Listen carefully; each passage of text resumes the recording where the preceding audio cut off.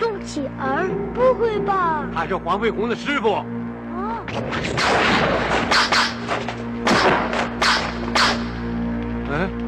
不好意思啊，这次又要麻烦你了。等一下，让我来。啊！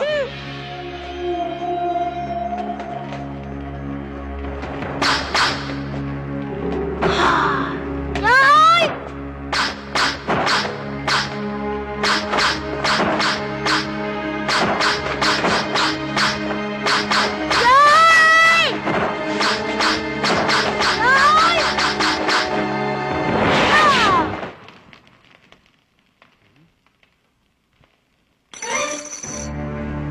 去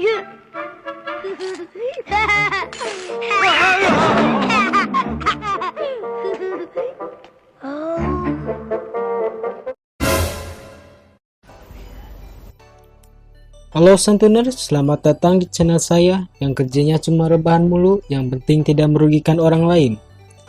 Saya sebagai admin dari Mbah Film, kali ini akan membahas alur cerita film Shaolin Popeye 3. Tanpa banyak bacot lagi, mending kita hitung mundur dari 3, 2, 1, meluncur!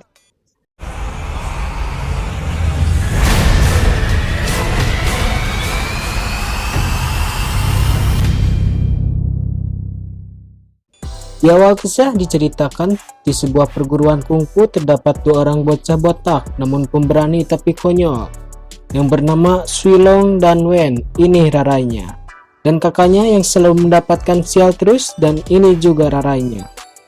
Nampak si botak Wen ini sedang melatih pedangnya, namun sial bukannya memperlihatkan kehebatan dia, malah merobohkan rumah di perguruan itu.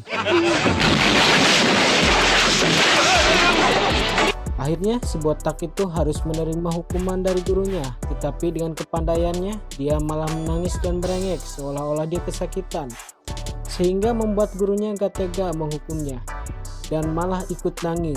Dikira karena tidak tega, guru ini nangis karena sedang merasakan sakit.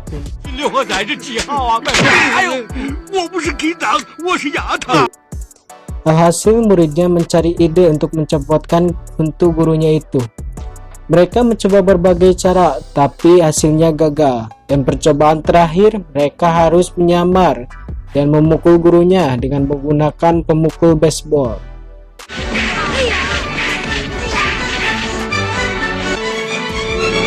Nampaknya mereka berhasil melakukan tugasnya dengan baik. Tetapi tidak hanya satu hantu yang coplok dari gurunya itu, melainkan hampir semua hantu gurunya itu muruh pui. Waastuda dihantam pakai pemukul baseball. Untung guruna sakti. Lanjut, di keesokan harinya si botak Wen dan kakaknya itu disuruh mengambil air. Tetapi di tengah perjalanan mereka dikagetkan dengan jatuhnya seorang bidadari yang membuat kakaknya itu jatuh cinta pada pandangan pertama.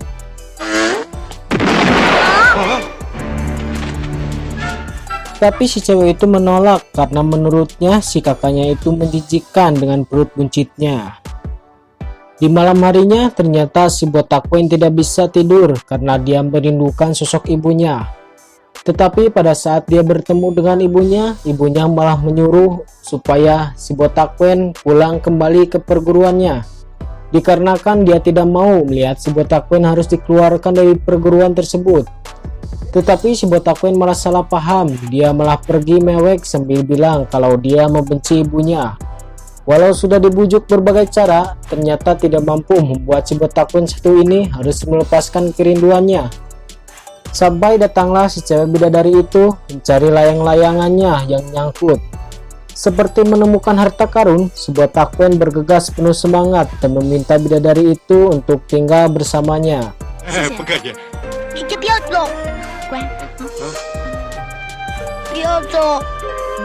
Namun dia tidak mau, walaupun mau dia mempunyai banyak syarat, sampai di mana si botak Wen itu memohon pada gurunya untuk menerima dan memenuhi persyaratan dari bidadari cantik itu. Karena tidak tegaan, gurunya itu mengizinkan dan membolehkan dia tinggal di perguruannya. Si botak Wen nampak bergembira ditemani cewek cantik dan manis itu sepanjang hari.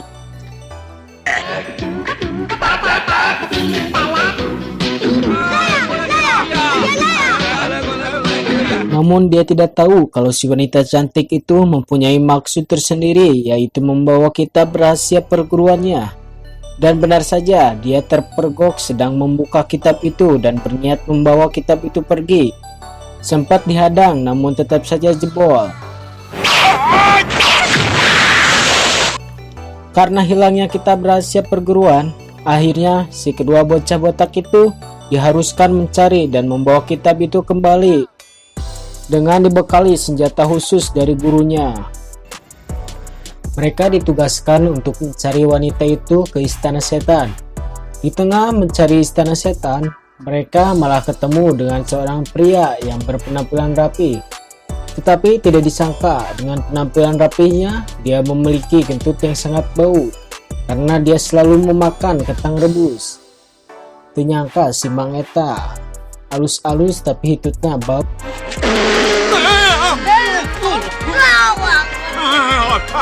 Mereka bertiga coba menanyakan kepada si pria itu tentang istana setan. Namun sial, si pria itu malah menjahili seorang polisi, sehingga membuat mereka harus berurusan dengan polisi tersebut.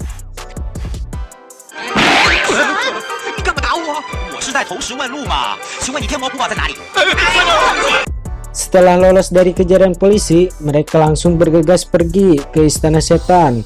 Tetapi si pria berbaju rapi itu mengatakan kepada mereka untuk tidak sompral dan berbicara. Sayang, dia telah mengingatkannya. Petaka mulai menghampiri mereka. Mereka dihadang oleh siluman elang.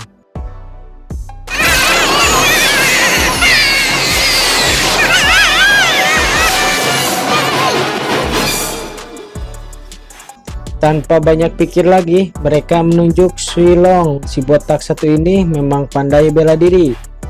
Tak diragukan lagi, kehebatannya mampu melumpuhkan siluman elang itu dengan cukup mudah.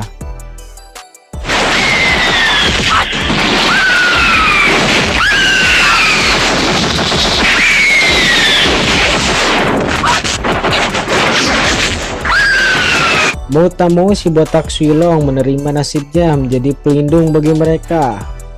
Bukannya membantu kembarannya dan kakaknya itu malah asik kemil, dikira lagi nonton adegan sinetron kali.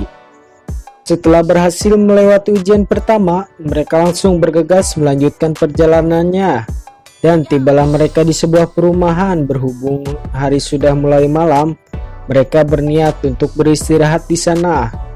Namun yang masuk hanya 3 orang dan 1 orang berjaga di luar. Lagi-lagi mereka mengandalkan si botak Suilong karena dialah yang paling pemberani. Ketika mereka sudah di dalam rumah tersebut, si pria berbaju rapi mencoba membuka tirai dan tak disangka ternyata di balik tirai itu ada kaca. Tapi dia malah teriak dan membuat si botak Quen dan kakaknya itu kaget dan sedikit kesal kepadanya. Namun pada saat dia berbalik badan, sekarang giliran dia yang kaget karena ada sosok nenek-nenek menyeramkan. Tetapi anehnya si nenek-nenek itu malah memberikan tempat beristirahat kepada mereka. Merasa ada yang aneh, mereka memutuskan untuk berjaga 1 orang dan si pria baju rapi lah yang kebagian tugas tersebut. Sepanjang malam dia diganggu, mulai dari foto si nenek yang tiba-tiba hidup dan mumi yang meniru gerakannya.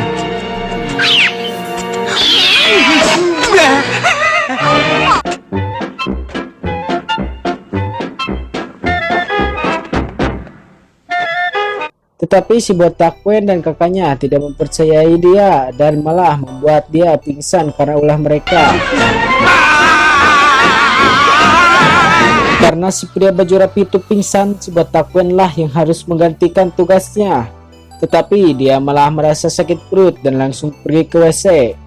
Setelah membuang segala sampah yang ada di perutnya, dia langsung ke meja makan dan membukanya. Tetapi yang ada bukan makanan, melainkan tangan. Si botak Quen itu mengira itu kakaknya sedang menjahilinya. Pas dia lihat ke bawah, ternyata itu hantu.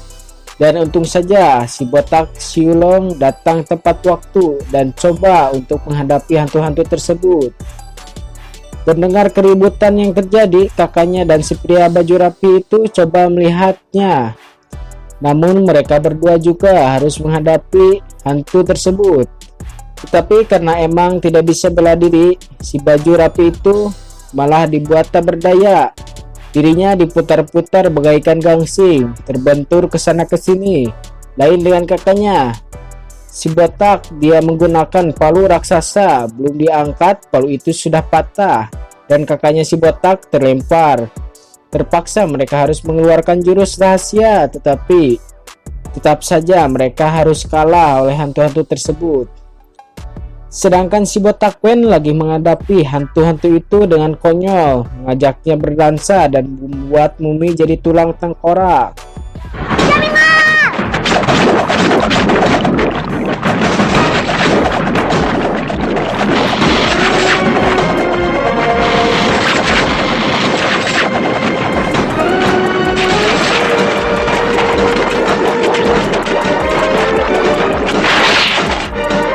Dan di sisi lain, si botak Xiulong masih gelut dan bisa menghadapi hantu-hantu itu walau sedikit kewalahan. Tapi sayang, si pria berbaju rapi tidak selamat karena kakaknya dari si botak itu hanya bisa menyelamatkan kopernya yang berisi makanan. Mereka pun kembali melanjutkan perjalanan demi sebuah kitab perguruan sampailah mereka di tempat di mana mereka harus melangkah dan membuat sebuah kata-kata pendek.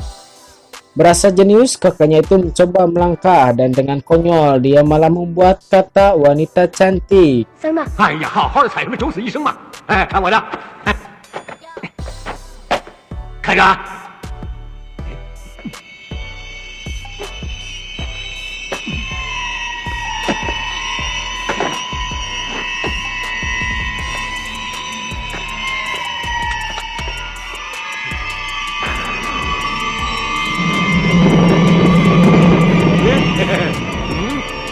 哇，美女如愿。 Dan benar saja wanita cantik itu muncul, namun bukan untuk melayaninya, tetapi untuk menyerangnya. Lagi-lagi si botak Xiulong harus bergulat dengan mereka. Walau cukup sulit, wanita cantik itu berhasil dilewati. Sekarang giliran si botak Wen yang mencobanya. Dia menulis kata buka pintu dan ternyata dia lolos, membuat mereka senang. Tersangka si eta gitu-gitu oke jenius. Oke, lanjut. Mereka melanjutkan perjalanannya dan sampailah di sebuah tempat di mana terdapat patung-patung legendaris. Ada patung vampir, mereka menyangka itu hanya patung dan mencabut mantra. Alhasil si vampir itu hidup dan menyerang mereka. 哎，也不对啊！小朋友对着棒子， Kakak dari si bocah botak itu malah bercanda dengan membuat vampir itu mengejar si kedua bocah botak itu.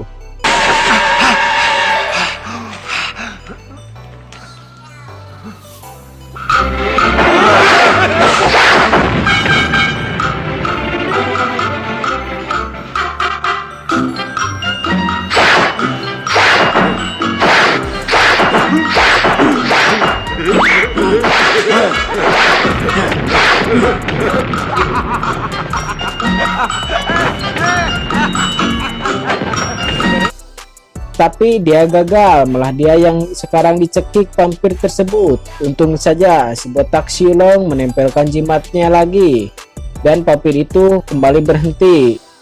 Karena kesal, kakaknya itu langsung menendang si vampir itu ke dalam jurang. 也越来越丑。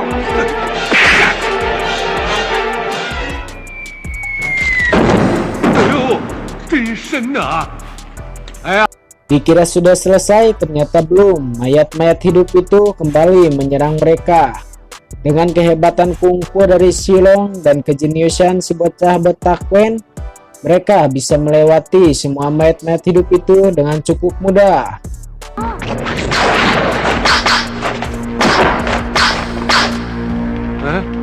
不好意思啊，这次又要麻烦你了。等一下，让我来。啊！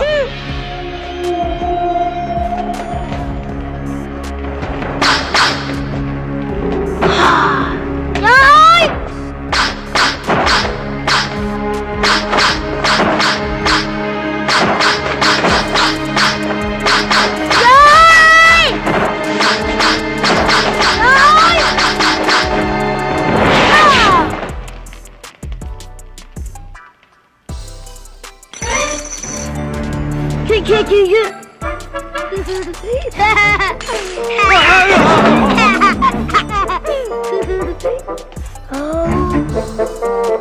Setelah berhasil melewati mayat hidup, kini mereka dihadang oleh siluman kucing. Untuk yang kesekian kalinya, Shilong yang harus bergulat dengan mereka. Sempat kewalahan, Shilong mampu menghadapi mereka menggunakan pecut sampai di mana dia berhadapan 1 lawan 1 dengan pemimpin siluman kucing.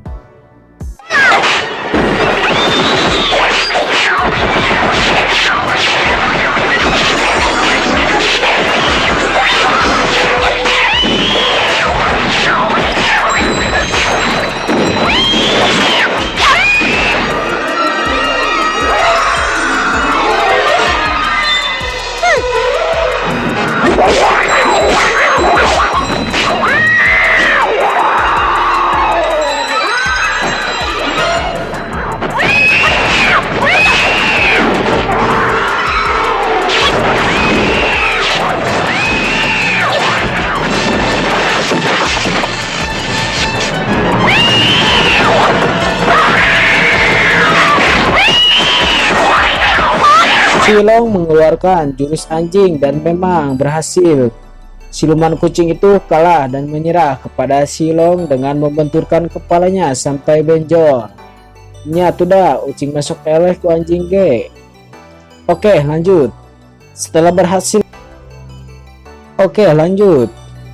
Setelah mereka berhasil melewati semua ujian, kini mereka dihadapkan dengan Ah Chen. Dan dia akan membalaskan kematian kakaknya yang dibunuh oleh mereka. Seperti biasa, Shilong lah yang harus bergulat dengan Ah Chen. Kacape sigana ieu budak ti mimiti film ieu gawena han gelut jeung gelut. Sigana kayak gedena pasti jadi preman. Oke, lanjut. Shilong mengeluarkan jurus dance tapi tetap tidak mempan. Di sisi lain, si Botakwen dan kakaknya membuat rahasia untuk bisa mengalahkan Ah Chen dengan darah perjaka dan air kencing. Tetapi kitab rahasia itu malah dibuat hancur bertebaran dengan jurus dari si Ah Chen. Dengan tenang, si Shilong mengeluarkan jurus pamungkasnya. Dan benar saja, sekali jurus itu keluar, musuh langsung tepar tak tersisa. Dan mereka berhasil mengalahkan Ah Chen, tetapi istana setan itu mulai roboh. Tak disangka ternyata si pria baju rapi masih selamat. Dia tertimbun oleh tengkorak. Shilong menyelamatkannya dan membawa dia pulang ke perguruannya. Di tempat perguruan terlihat gurunya dan murid tertuanya sedang tenang, adem, nikmat tanpa ada keributan. Namun tak lama datanglah mereka bertiga dan kenikmatan itu mulai sirna karena mereka menyatakan sudah gagal dan siap menerima hukuman. Tetapi ternyata gurunya itu sudah hafal isi dari kitab yang selama ini mereka cari. Gurunya itu sengaja menyuruh mereka pergi supaya bisa hidup tenang, nikmat, dan adem. Guru goblok. Berniat membalas dendam, mereka bertiga membawa pria berbaju rapi itu untuk dijadikan murid dari gurunya. Dengan keahliannya, si pria baju rapi itu mulai kentut dan membuat marah gurunya itu. Itu dah, saya naik ke ambek kayak dihitutan gitu mah. Oke, cukup sekian alur cerita dari Mbah Film kali ini. Jangan lupa like, share, comment, and subscribe.